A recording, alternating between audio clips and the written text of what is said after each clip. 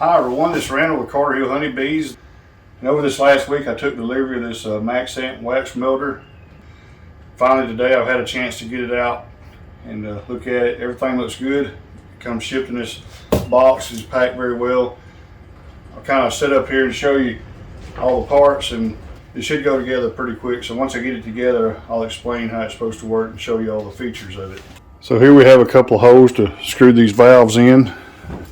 Right here's where the heating element goes, and here's the 1/2-inch ball valve, 1-inch ball valve, and the components, and a plug and a Teflon tape which they supply, and there's the heating element, and it's the exact same heating element that's used in my 42-gallon bottling tank.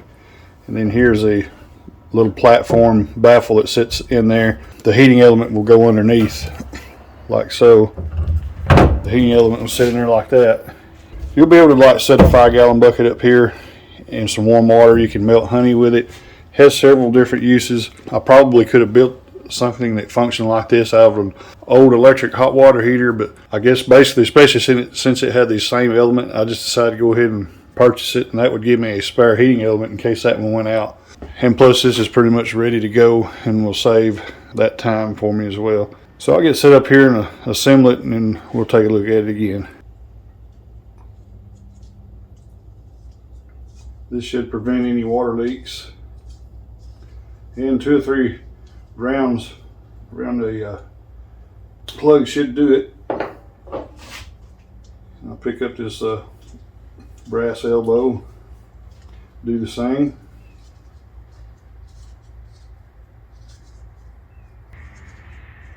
And I'll do the same with this coupler. Now I'll wrap the 1-inch elbow. Now I'll wrap the 1-inch coupler on both sides. And last but definitely not least, I will wrap the heating element. Alright, it has everything wrapped with Teflon tape. So now we can start putting the items on. I don't think it matters which order you put any of these on, so I'm just going to start with a 1/2-inch elbow. Run it up by hand.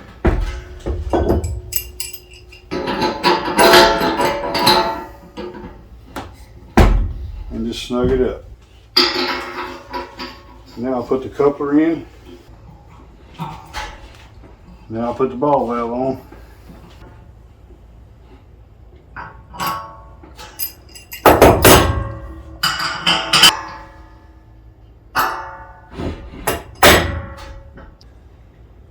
Now we'll get the 1-inch elbow.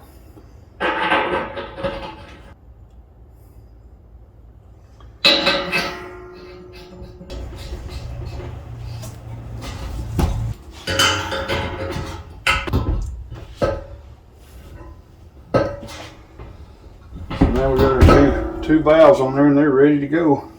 Next will be the plug at the bottom. This is where we'll drain the water when we get through. Now we'll spin it around and we'll put in the heating element.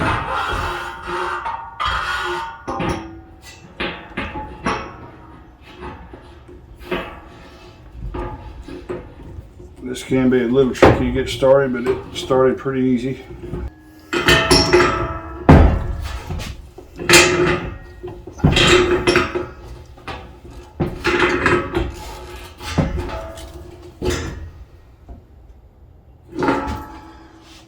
And that should be good enough to keep that leaking. And we can hear the thermostat clicking in there, which indicates it should work. So that's good. I'll go ahead and put it in the off position. And right now I'm not going to use it at this moment, so there's no need to undo the wire. So you can see down here the heating element where it is. And all it's left to do is to set this platform baffle in there, and it'll be ready to put water in and use. So I'm going to be careful and try not to drop this in there.